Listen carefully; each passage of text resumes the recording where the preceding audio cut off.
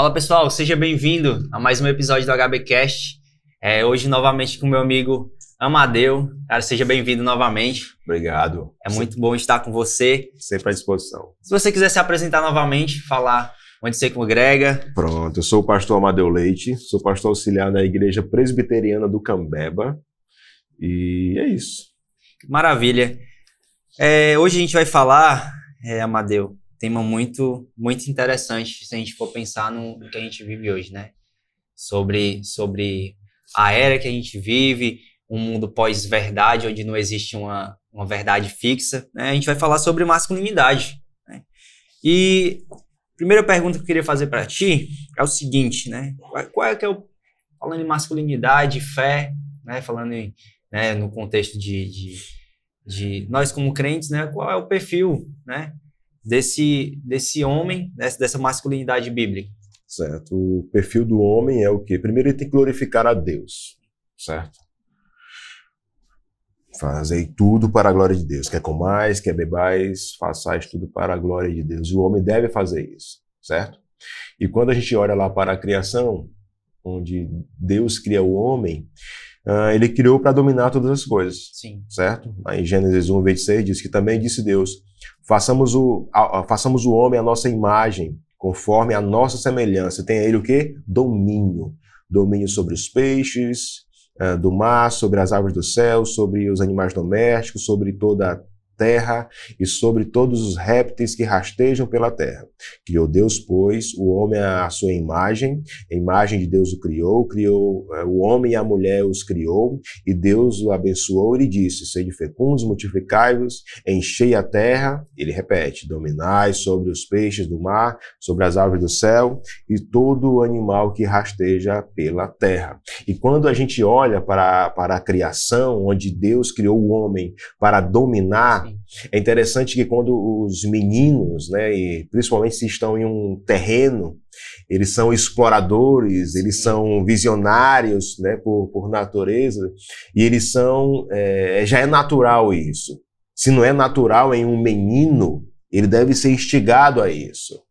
Alguns pais e mães não vão concordar com o que eu vou dizer agora, mas eu gosto de instigar isso nos meus filhos, de subir em árvores, de brincar sem telas, Sim. de poder explorar ao máximo para que ele se sinta aquele que domina aquele ambiente, certo?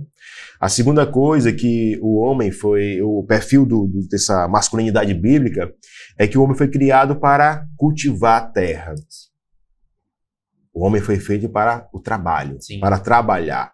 Gênesis 2:15, tomou, pois, o Senhor Deus ao homem e o colocou no jardim do Éden para o cultivar e o guardar. E aqui estamos falando antes da queda. Sim. Antes da queda, o homem tinha que trabalhar. Ele foi criado para ser o cultivador daquela terra. Quando Paulo escreve lá aos Tessalonicenses, ele vai falar da ênfase que os irmãos devem trabalhar com as próprias mãos para viver com dignidade e para que não venha a precisar de nada. Lógico que nós podemos passar por dificuldades financeiras. Sim. E a gente precisa do próximo, isso é fato. Mas a ideia lá, quando Paulo escreve aos Tessalonicenses, é de quê?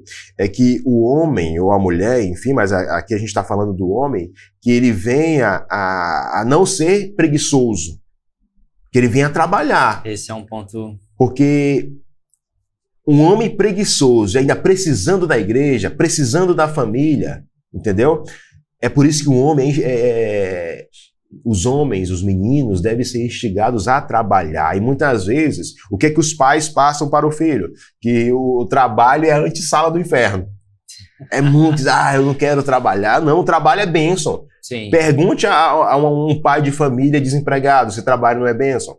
Pergunte a alguém que não tem forças para trabalhar por conta de alguma enfermidade se trabalho não é bênção. Sim. Trabalho é bênção. E o perfil desse homem, né, nessa masculinidade bíblica, os homens têm que entender que o trabalho é importante e o homem deve trabalhar, e principalmente ele sendo o provedor. Sim. Só que infelizmente, Fábio, o que podemos ver em algumas famílias é que homens de 40 anos vivendo com papai e mamãe, sendo dependente do papai e da mamãe. Por quê? Porque tem medo de sair de casa, Sim. tem medo de assumir a função de marido. Ah, não, eu só vou casar depois que eu me formar.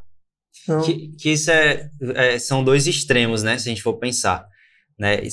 Mas antes de falar desses dois extremos, falando essa parte de 40 anos ainda em casa, a gente vê que é cada vez mais tardio a saída do filho, né? Do seu lar, né?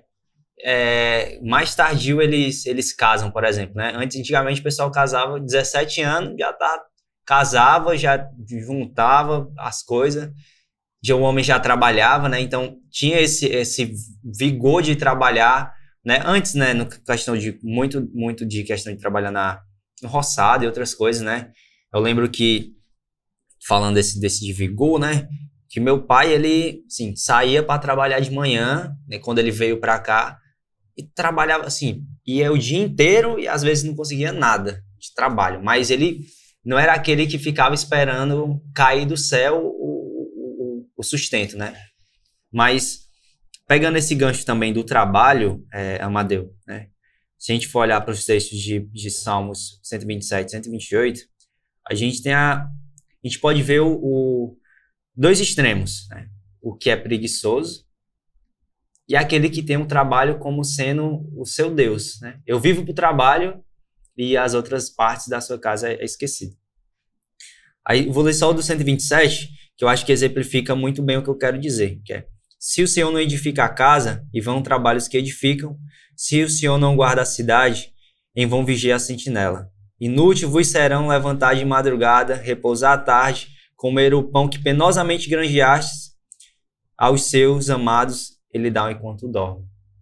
Porque tem a questão, né, se puder até falar melhor sobre esses dois textos, mas é o que eu vejo aqui, né? Inclusive, quando o Oreb esteve aqui, o Oreb Quaresma, ele falou muito sobre esse texto aqui, sobre o granjear, mas sabendo que é o Deus que provê, né? Certo? E é isso que às vezes o homem imagina que ele é se ele não fizer hora extra, se ele não trabalhar no domingo, se ele não for até... a casa não vai ser mantida. Vai. Porque se o Senhor Deus é o Deus daquela casa, não vão passar dificuldades. Não vão passar dificuldades. Deus sempre vai dar o escape. Sim. Não para viver em luxo, ostentando, mas o necessário o Senhor vai dar. Né? E é interessante se falar do necessário, porque num cenário onde o homem não está trabalhando, é a igreja. Inclusive a junta diaconal tem que estar sensível a visualizar esses cenários, né? Do homem que está necessitando, da família que está necessitando, mas não somente prover o auxílio, mas prover o que é que a gente pode fazer. Tem um irmão que tá sem trabalho, o que é que ele faz? Ele sabe fazer tal coisa? Tem um irmão que está precisando, né? Fazer esse network. A igreja serve para isso também, fazer essa ligação entre os próprios irmãos da igreja para poder trazer esse sustento para o irmão que está necessitando, né? E só uma aplicação aqui para, se você é jovem, não trabalha, não estuda, não faz nada e é crente, tá errado. Tá errado. Você tem que buscar se ocupar. Você não pode viver ocioso. Você tem que trabalhar. Ah, pastor, mas eu só vou trabalhar quando eu começar a casar, quando eu for casar. Negativo. Você tem que trabalhar. Né? E olhando para o outro lado, às vezes os pais têm culpa nisso em relação a um filho de 40 anos estar dentro de casa ainda, porque é o eterno bebezinho da mamãe. Sim. É alguém que o pai... E outro ponto também, que eu vou falar lá na frente, que é em relação ao pai deixar de lado. Sim. O pai não acompanha, o pai não dá uma instrução, o filho é totalmente sem orientação. Sim. E o pai deve, sim, fazer com que esse filho seja alguém que trabalha. Outro item do perfil da masculinidade bíblica, Fábio, é que o homem ele é chamado para ser o salvador, para proteger. Sim. Em que sentido? Quando a gente olha lá para Gênesis 3,15, depois que o homem caiu, a palavra diz que enviaria um homem seria enviado para esmagar a cabeça da serpente. E esse homem, nós sabemos que é o Senhor Jesus. E lá em Mateus 1:21 diz que Maria daria luz a um filho, a um menino, né? Jesus, por quê? Porque ele salvará o seu povo dos pecados dele. E esse menino, né, é alguém que todo homem deve olhar como exemplo. Sim. O nosso exemplo de homem é o Senhor Jesus.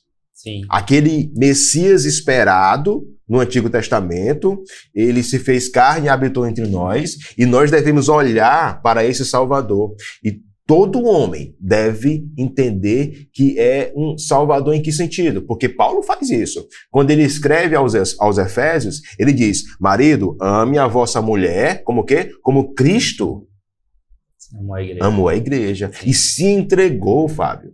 Se entregou por ela. Então, um perfil da masculinidade bíblica é o quê? É entender que eu sou o cabeça da minha casa. Sim.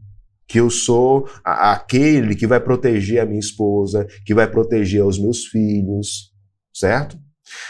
E o último item aqui que eu trago para esse perfil de masculinidade bíblica é que o homem ele deve ter sabedoria e deve crescer em sabedoria.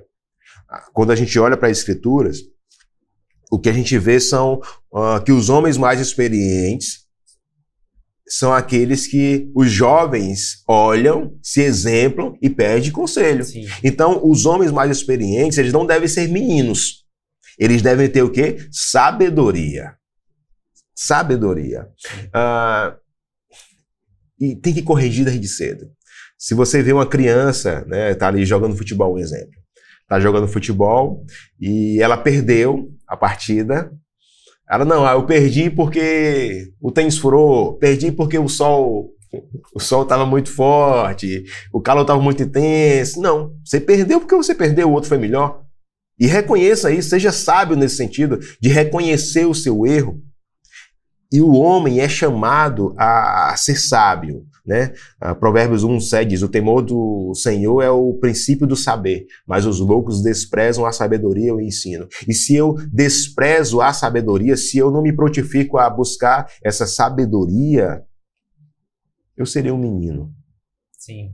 Mas antes da gente continuar falando sobre masculinidade, eu queria que você não saísse daí, na verdade. Pode até sair, mas a gente se vê no próximo episódio falando mais com o Amadeu sobre masculinidade bíblica.